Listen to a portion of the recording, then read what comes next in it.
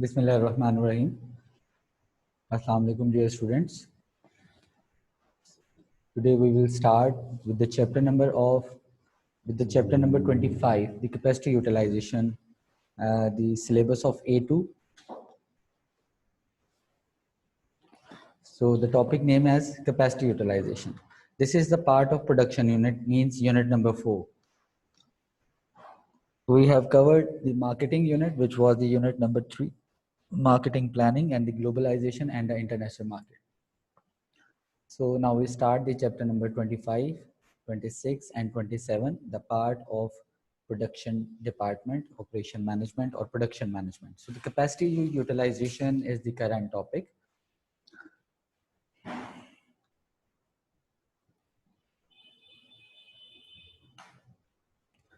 What is the capacity utilization? First of all, you need to understand the meaning of capacity. Capacity के काफ़ी सारे मतलब हैं. Capacity सबसे पहले capacity को define करते हैं. The total output of a particular business. The number of product that can be produced by the business in a given time period. That is called the capacity. इसके बहुत सारे नाम हम different levels पे पढ़ते आए हैं. जिसको आप जो सबसे easy अगर आप इसको समझना चाहते हैं तो that is called the total production. Total output, maximum output, the scale of operations. एक business एक given time period में कितनी maximum products को produce कर सकता है. एक बिजनेस जो है वो एक गिवन टाइम पीरियड में कितनी मैक्सिमम प्रोडक्ट्स को क्या कर सकता है, प्रोड्यूस कर सकता है. सो ये बेसिकली उसका क्या होगा, ये उसकी कैपेसिटी बेसिकली आपको नजर आएगी. कैपेसिटी नजर आएगी आपको.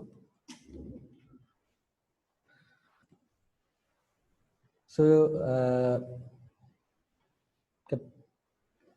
कैपेसिटी यूटिलाइजेशन जो है बेसिकली क्या चीज़ है. कैपेसिटी यूटिलाइजेशन बेसिकली क्या चीज़ है.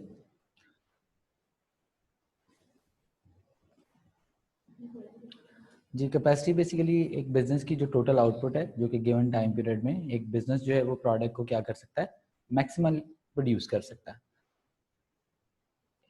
हर बिजनेस की बेसिकली कैपेसिटी का कॉन्सेप्ट जो है वो एग्जिस्ट करता है. हर बिजनेस के पास कुछ ना कुछ कैपेसिटी जो है वो एग्जिस्ट करती है. और इसमें ये देखा जाता है कि बिजनेस की कैपेसिटी बिजनेस कैसे मैनेज कर सकता है. That is the total output of a particular product in a given time period. So अब बात करते हैं, एक एग्जांपल भी इसके साथ अटैच कर लेते हैं कि कैपेसिटी यूटिलाइजेशन का बेसिकली क्या मतलब है. मतलब ये कि इस तरीके से आप कह सकते हैं कि एक बिजनेस एक टाइम पीरियड में 5000 प्रोडक्ट को प्रोड्यूस कर सकता है. हर बिजनेस की एक कैपेसिटी होती है. एक स्कूल कितने बच्चे नंबर ऑफ स्टूडेंट्स को होल्ड कर सकता है. एक जो एक प्रोडक्शन यूनिट है, एक कार मैन्युफैक्चरिंग प्लांट है, वो एक गिवन टाइम पीरियड में कितनी कार्स को क्या कर सकता है, प्रोड्यूस कर सकता है. और उसके बाद फिर आ जाते हैं हम कैपेसिटी यूटिलाइजेशन की तरफ. कैपेसिटी यूटिलाइजेशन क्या चीज़ है. उसके बाद फिर कैपेसिटी यूटिलाइजेशन जो है वो क्या चीज़ है. कैपेसिटी यूटिलाइजेशन बेसिकली ये है कि आप जो प्रोडक्ट प्रोड्यूस कर रहे हैं उसका कितने फीसद अभी आप प्रोड्यूस कर रहे हैं. मैक्सिमम आउटपुट की जो करंटली आप यूज़ कर रहे हैं वो बेसिकली इसकी कैपेसिटी यूटिलाइजेशन जो है वो मानी जाती है. जैसे कि अगर एक बिजनेस जो है वो एक गिवन टाइम पीरियड में अगर 5000 प्रोडक्ट प्रोड्यूस कर सकता है तो वो कितनी प्रोडक्ट जो है प्रोड्यूस करेगा. लाइक अगर वो 5000 प्रोडक्ट प्रोड्यूस कर सकता है तो वो 3000 प्रोडक्ट प्रोड्यूस कर रहा है, तो ये उसकी कैपेसिटी यूटिलाइजेशन हो जाएगी. इसका सिंपल जवाब आप ये देख सकते हैं. इसका सिंपल जवाब आप ये देख सकते हैं कि आप 3000 को आप बार के ऊपर रखें और 5000 को बार के नीचे रखें तो आपको ये क्लियरली नज़र आ जाएगा कि कैपेसिटी जो है वो कितनी बिजनेस जो है वो यूटिलाइज कर रहा है. तो that is the perfect meaning of capacity utilization. इसकी एग्जांपल हम इस तरीके से लेते हैं. हाँ, इसकी एग्जांपल हम इस तरीके से लेते हैं कि proportion of maximum output currently being achieved by a business during a period of time. Her business ये चाहता है कि वो अपनी मैक्सिमम कैपेसिटी को क्या करे, यूटिलाइज करे.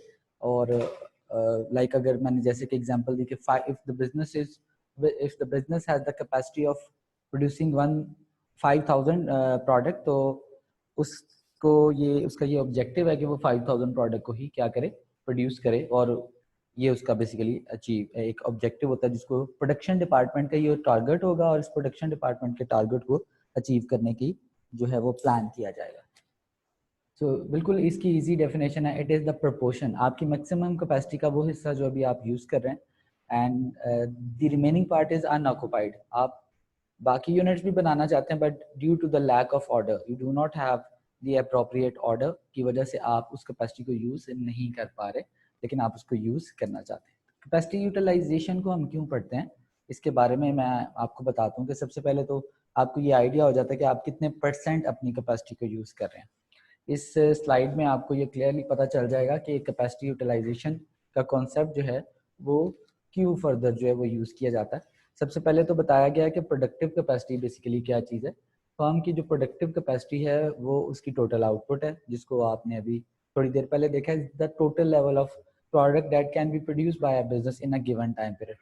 अगर आप एक गिवन टाइम पीरियड के बारे में भी जानना चाहते हैं तो normally often it is considered to be a 1 year. तो लेकिन इसमें फ्लेक्सिबिलिटी एग्जिस्ट करती है कि आप इसको प्रोडक्शन डिपार्टमेंट इसको वीकली, मंथली, क्वार्टरली या सेमी एनुअली भी मैनेज कर सकता है. कॉन्सेप्ट जो स्टैंडर्ड यूनिट है वो 1 ईयर का है कि एक साल में आप कितनी कैपेसिटी को होल्ड कर सकते हैं, ये आपकी प्रोडक्टिव कैपेसिटी होगी. तो यूटिलाइजेशन वो परसेंटेज होगी आपके बिजनेस की जो कि आप यूज़ करेंगे एज अ टोटल जो है वो आप यूज़ करेंगे कैपेसिटी के तौर पे. Capacity that is actually being, percentage of capacity that is actually being. अगर एक प्रोडक्शन डिपार्टमेंट जो है वो 6,000 यूनिट प्रोड्यूस कर सकता है, और 6,000 यूनिट प्रोड्यूस करने के बाद उसकी जो करंट कैपेसिटी है 3,000 वो प्रोड्यूस कर रहा है और 3,000 नहीं कर रहा, तो इसकी 50% कैपेसिटी आपको नजर आएगी अकॉर्डिंग टू फॉर्मूला. मैं आपको समझाता हूँ. करंटली आउटपुट जो आप प्रोड्यूस कर रहे हैं डिवाइडेड बाय जो आपकी प्रोडक्टिव मैक्सिमम आउटपुट है मल्टीप्लाई बाय 100. इसकी आसान सी एग्जांपल भी ऐसे है कि अगर एक बस, एक ट्रांसपोर्टेशन सर्विसेज में 30 पैसेंजर्स की कैपेसिटी है और 20 पैसेंजर्स हैं और 10 नहीं हैं, तो 10 divided by 20 divided by maximum capacity यानी 30 मल्टीप्लाई बाय 100. तो नज़र आ जाएगा कि उस बस में कितनी कैपेसिटी यूटिलाइज हो चुकी है और कितनी कैपेसिटी अभी यूटिलाइज हो सकती है, कितने पैसेंजर्स जो हैं वो अकोमोडेट हो सकते हैं. ओके. और ये भी बताया गया क्लियरली कि अगर आप किसी बिजनेस की प्रोडक्शन एफिशिएंसी, ऑपरेशन एफिशिएंसी जानना चाहते हैं कि वो अपना प्रोडक्शन डिपार्टमेंट कितना अच्छा मैनेज करता है, तो उसमें जो स्टैंडर्ड यूनिट बहुत सारे हैं, लेकिन उसमें एक ये भी चीज़ देखी जाती है कि वो अपनी कैपेसिटी को किस हद तक यूज़ कर रहा है.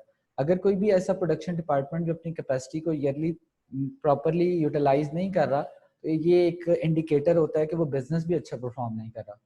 वो बिजनेस जो अपनी कैपेसिटी को अच्छा यूटिलाइज कर रहे हैं, ये एक इंडिकेटर होता है कि वो बिजनेस भी अच्छा परफॉर्म कर रहा है.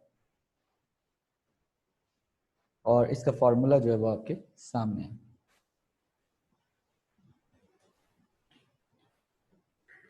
मैक्सिमम कैपेसिटी के बारे में या टोटल कैपेसिटी या प्रोडक्टिव कैपेसिटी, ये बहुत सारे नाम होंगे, लेकिन आप किसी भी एक नाम को जहन में रखते हैं और असल चीज़ है कि आप उसके बेसिक कॉन्सेप्ट जो है वो उसके बारे में जाने. So maximum capacity total level of output है जो कि बिजनेस अचीव कर सकता है. एक होटल की एग्जांपल दी गई है कि उसके पास जो नंबर ऑफ रूम्स हैं वो उसकी कैपेसिटी है. एक होटल टर्शरी सेक्टर में आ जाएगा. एक फैक्ट्री की एग्जांपल दी गई है कि जो उसके पास टोटल नंबर ऑफ आउटपुट है, जो प्रोडक्शन रिसोर्सेज हैं, by utilizing all of the factors of production, land, labour, capital, equipment को यूज करते हुए, तो ये उसकी प्रोडक्टिव कैपेसिटी है. इसके साथ ही एक टर्म अटैच की जाती है flat out. Working flat out का मतलब ये है कि एक बिजनेस जब अपनी 100% कैपेसिटी, अगर 6,000 प्रोडक्ट प्रोड्यूस कर सकता है तो 6,000 प्रोडक्ट ही प्रोड्यूस कर रहा है और अपनी 100% कैपेसिटी को यूटिलाइज कर रहा है, तो इसके बारे में कहा जाता है कि वर्किंग फ्लैट आउट. समटाइम्स जब किसी होटल में जाएं और ऑप्शन आपको नजर आए नो वैकेंसी का, तो आप ये आपको ये क्लियर नज़र आ जाता है। हाउसफुल या नो वैकेंसी मीन्स के the hotel is working at flat out. अगर किसी प्रोडक्शन डिपार्टमेंट के पास जाएं और वो आपको बोले कि सर हमारे पास ऑर्डर की कैपेसिटी नहीं है, तो आप ये क्लियरली समझ लें कि वर्किंग फ्लैट आउट। अगर किसी ट्रांसपोर्टेशन में आप सफ़र करना चाहते हैं लेकिन आपको वहाँ कहा जाता है कि जी जो बस है उसमें सारे पैसेंजर्स आ चुके हैं, we do not have the further capacity, it means that service is working flat out. ये टर्म इसलिए भी पढ़ाई जाती है कि basically most of the businesses का एक गोल और टारगेट भी होता है कि वो फ्लैट आउट पे काम करें, क्योंकि जब फ्लैट आउट पे काम करेंगे तो ब्रेक इवन भी आपका प्रॉपरली अचीव होगा और आपकी जो प्रॉफिटेबिलिटी है, मैक्सिमाइजेशन ऑफ प्रॉफिटेबिलिटी आपको फ्लैट आउट पे मिलेगी।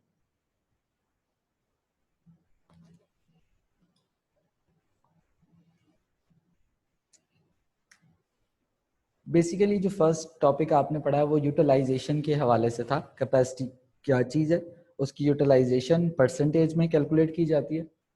उसके बाद आपने देखा कि हर बिजनेस का एक टारगेट है और कि वो अपनी कैपेसिटी को ज़्यादा से ज़्यादा यूज़ करे, और कुछ एग्जांपल्स अटैच की गई। और फिर flat out producing at maximum output को स्टडी किया गया। उसके बाद जो टॉपिक है कैपेसिटी यूटिलाइजेशन का impact on average fix cost. We are not talking about the average variable cost, क्योंकि जैसे जैसे कैपेसिटी बढ़ती है ये इजीली, अगर आप फिक्स और वेरिएबल कॉस्ट के चैप्टर को अगर आपका उसको उसका आइडिया आपको क्लियर है तो आप जानते हैं कि जैसे जैसे यूटिलाइजेशन बढ़ती है वेरिएबल कॉस्ट तो बढ़ेगी, और अगर यूटिलाइजेशन नहीं होगी तो वेरिएबल कॉस्ट भी आपके पास नहीं होगी। लेकिन आज हम बात करेंगे फिक्स कॉस्ट का और एवरेज फिक्स कॉस्ट का। तो सबसे पहले हम डिफाइन करते हैं फिक्स कॉस्ट को। सबसे पहले हम फिक्स कॉस्ट को डिफाइन करते हैं। The fix cost is that type of cost which do not change with the change in level of output। हमेशा से ये डेफिनेशन बताई जाती है कि फिक्स कॉस्ट आपकी कंसिस्टेंट होती है और ये लेवल ऑफ आउटपुट अगर आप प्रोडक्ट बनाते हैं या नहीं बनाते चेंज नहीं होती। जैसे एग्जांपल आप ले लें कि जो रेंट है वो चेंज नहीं होगा, अगर आपका बिजनेस बंद है या चल रहा है या फ्लैट आउट चल रहा है तो फिक्स कॉस्ट आपकी सेम रहेगी।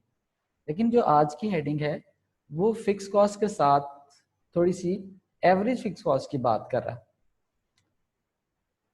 पहली बात तो ये कि एवरेज फिक्स कॉस्ट सिर्फ एक कॉन्सेप्ट के तौर पे है, और ऑब्वियसली इसको पर्टिकुलरली कैलकुलेट करना तो बहुत मुश्किल है कि कौन सी प्रोडक्ट ज़्यादा फिक्स कॉस्ट खा रही है कौन सी प्रोडक्ट, तो ये एक ऑन एवरेज ही लिया जाता है। ये थोड़ा सा मिसलीडिंग भी होगा, नेक्स्ट जाके कुछ चैप्टर्स में जब अकाउंटिंग में ये क्लियर हो जाएगा कि थोड़ा फिगर मिसलीडिंग भी होता है। अभी सिर्फ इसको ये पढ़ने की जरूरत है कि what is the impact of average fix cost when the capacity increases और डिक्रीजेज। इसका एक आसान सा सबसे पहले मैं आपको एग्जांपल पुट करता हूँ, अप्लाई करता हूँ आपकी लाइफ से, ताकि आपको ये एग्जांपल जो है इस एग्जांपल से इस कॉन्सेप्ट को समझना आसान हो जाए। जैसे कि अगर आप लोग 4 दोस्त हैं और आप होटल में खाना खाने जाते हैं, तो अब you have 2 ways to pay the bill. एक रास्ता आपके पास ये है कि एक इंसान जो है वो सारा बिल पे करे, दूसरा रास्ता ये है कि सब लोग मिलके बिल पे करें। दूसरे रास्ते में अगर सब लोग मिलके बिल पे करते हैं तो वो जो कॉस्ट है 8000 की वो सब पे स्प्रेड आउट हो जाएगी, और जो पर यूनिट जो कॉस्ट है एक बंदे की जो कॉस्ट है 8000 एक ने देना था तो अब 2000 या 2000 एक बंदा दे रहा है। वजह क्या हुई है? वजह ये हुई है कि आपने कॉस्ट को फिक्स है 8000 बिल आपने पे करना है, आपने फिक्स जो है वो लंच किया वहाँ पे, बुफे लंच किया है, वो उसकी कॉस्ट है 2000, आपने रमज़ान में किया या लंच में किया। अक्सर वो रेस्टोरेंट जो है वो ऑफर करते हैं लंच कम बुफे, तो अगर आपने वो एंजॉय किया तो 2000 आपने पे करना है। रैदर इसके कि एक बंदे पे आप बोझ डालें, आप उसको स्प्रेड आउट कर लें। इसका फायदा ये होगा कि जो फिक्स कॉस्ट तो उतनी लेगी लेकिन एवरेज बदल जाएगी, उसकी पर यूनिट बदल जाएगी। ये इसी एग्जाम्पल को अब आप बिजनेस स्टडीज में भी ले लें। बिजनेस के अंदर ये बिल्कुल बताया गया, जितने यूनिट्स आप ज्यादा प्रोड्यूस करेंगे वह यूटिलाइजेशन जो है वो हाई होगी। Fix cost will spreaded over a large unit of number of units. Unit fix cost जो है ना पर यूनिट वही जैसे कि स्प्रेड हुई थी, अगर आप 6000 बनाते हैं तो 2000 अभी बना रहे हैं तो 2000 यूनिट्स मिलके फिक्स कॉस्ट पे कर रहे हैं, आप एवरेज निकाल लें। अगर आप 4000 बना रहे हैं तो 4000 मिलके फिक्स कॉस्ट को पे कर रहे हैं, आप एवरेज निकाल लें। और अगर आप मैक्सिमम फ्लैट आउट पे बैठे हैं तो आप फ्लैट आउट की एवरेज निकालें। एवरेज फिक्स कॉस्ट का फॉर्मूला अगर आप इधर बैठ के थोड़ा सा इन्वेंट करना चाहें तो फिक्स कॉस्ट का फॉर्मूला होता है fix cost over total output. तो एवरेज फिक्स कॉस्ट का क्या फॉर्मूला होगा? एवरेज फिक्स कॉस्ट का फॉर्मूला क्या होगा बेसिकली? तो उसमें आप नंबर ऑफ आउटपुट को तो नीचे रखेंगे और ऊपर जो टोटल फिक्स कॉस्ट है उसको यूनिट्स, नंबर ऑफ यूनिट्स पे अगर आप डिवाइड कर दें तो आपके पास एवरेज फिक्स कॉस्ट जो है वो निकल आएगी। सिर्फ फिक्स कॉस्ट को रखें और नीचे आउटपुट को रखें।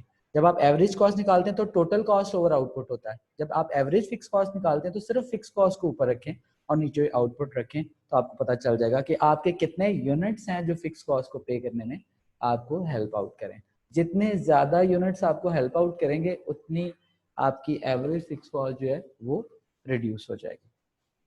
इसी को अब ऑपोजिट सेंस में भी ले लीजिए कि जैसे जैसे आपकी आपकी जो यूटिलाइजेशन है वो रिड्यूस होगी, तो आप देखेंगे कि जो आपकी एवरेज फिक्स कॉस्ट है वो इंक्रीज करती नजर आएगी। और अगर आपका इवन के बिजनेस बंद है या किसी ऐसी सिचुएशन है मार्केट की कि आप कुछ मंथ अपने बिजनेस को यूटिलाइज नहीं कर सकते, it means no unit is there to pay the fix cost. आपकी एवरेज फिक्स कॉस्ट बहुत ज्यादा हाई होगी। आप इसकी एग्जांपल ऐसे भी ले सकते हैं, आप इसकी एग्जांपल ऐसे भी ले सकते हैं कि जब होटल की एग्जांपल आप ले लें कि ऑफ सीजन में उनकी यूटिलाइजेशन कम होती है और ऑन सीजन में उनकी यूटिलाइजेशन ज्यादा होती है। इट मीन जो ऑन सीजन है उसमें उनकी जो फिक्स कॉस्ट की जो कवरेज है वो बेहतर है, जबकि जो ऑफ सीजन है उसमें उनकी जो फिक्स कॉस्ट की कवरेज जो है वो थोड़ी आपके पास वीक होगी। It might be assume that all firms का ये ऑब्जेक्टिव है कि वो 100% कैपेसिटी पे काम करें, और उसकी रीजन मैंने आपको बता दी, क्योंकि इससे उनको एवरेज फिक्स कॉस्ट का जो एडवांटेज है वो फ्लैट आउट पे मिलेगा। जिसमें आपके पास जो एवरेज फिक्स कॉस्ट है वो सबसे ज्यादा क्या होगी? वो सबसे ज्यादा आपके पास लो होगी।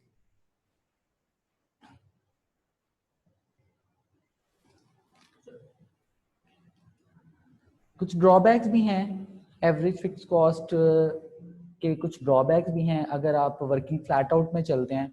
और अगर आप देखते हैं कि आप पहले तो बताया गया कि हर बिजनेस का एक ऑब्जेक्टिव है कि वो फ्लैट आउट पे काम करे, लेकिन अब ये बताया जा रहा है कि अगर इस ऑब्जेक्टिव को अचीव करते हैं और आप फुल कैपेसिटी पे बैठे हैं तो इसके क्या कुछ ड्रॉबैक्स भी हैं? जी बिल्कुल, वर्किंग फ्लैट आउट के कुछ ड्रॉबैक्स भी हैं जिनको इसलिए नहीं पढ़ा जाता कि उनको हम सिर्फ ड्रॉबैक्स के तौर पे कंसीडर करें, बल्कि इसलिए पढ़ा जाता है कि हम इनके साथ साथ इनको इनको इनका सोल्यूशन और इनके जो पर्पसेस हैं उनकी तरफ भी जाएं। तो सबसे पहला जो ड्रॉबैक है वो है कि स्टाफ में feel under pressure due to workload. क्योंकि स्टाफ आप 100% कैपेसिटी पे बैठे हैं, स्टाफ को बहुत ज़्यादा काम करना पड़ रहा है, तो जिसकी वजह से आप कह सकते हैं कि स्टाफ जो है वो प्रेशराइज हो जाता है। स्ट्रेस, जॉब स्ट्रेस एक टर्म होती है, job stress. Job stress different issues की वजह से है।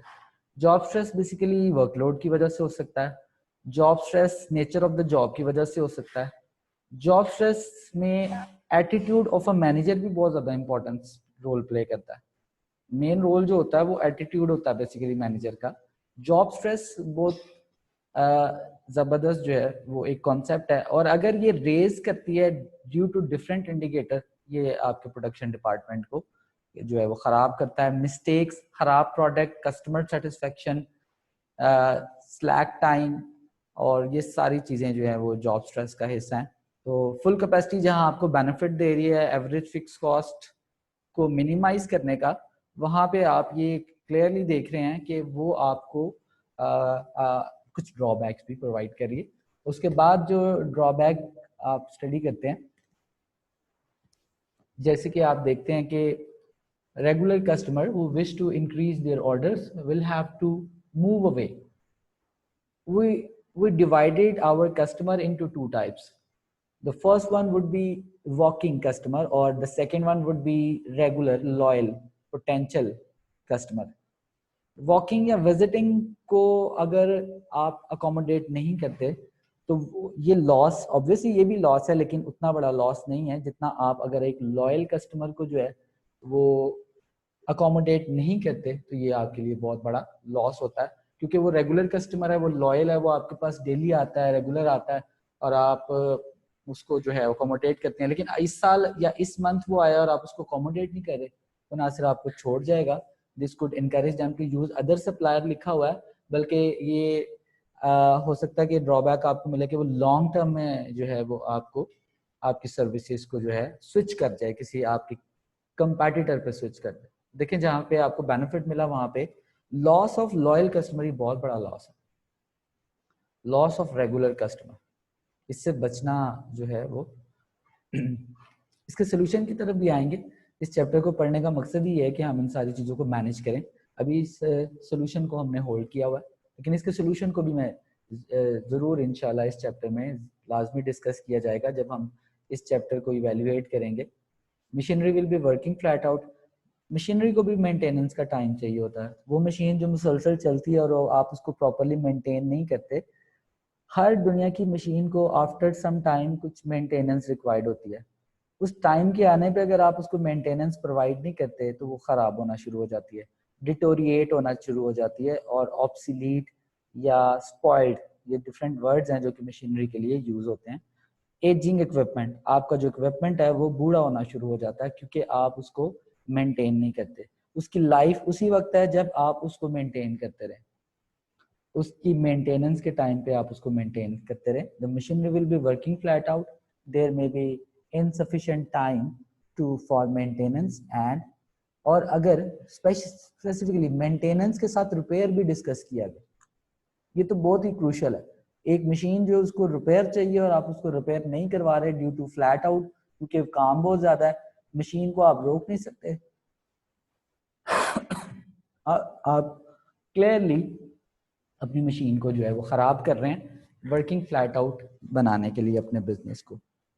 सो this is all about the impact on average fixed cost. आज का जो लास्ट टॉपिक है वो है एक्सेस कैपेसिटी, एक्सेस सरप्लस।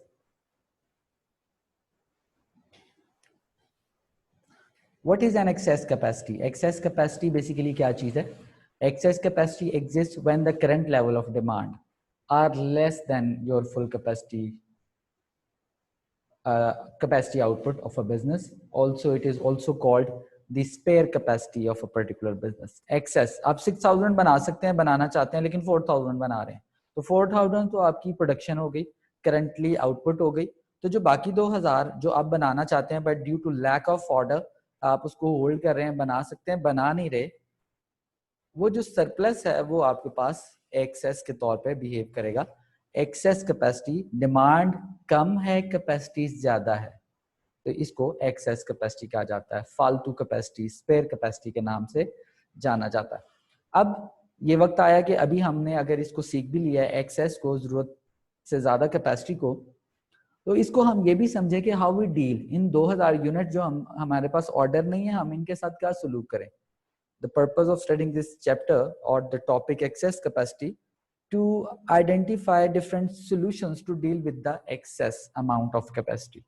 तो जैसे, लेकिन जब हम solutions की तरफ जाते हैं तो हमें excess capacity को दो हिस्सों में डिवाइड करना पड़ता है। दो reasons. First of all, you need to identify the cause of excess capacity. यार अगर excess capacity है तो उसकी basically cause जो है वो क्या होगी?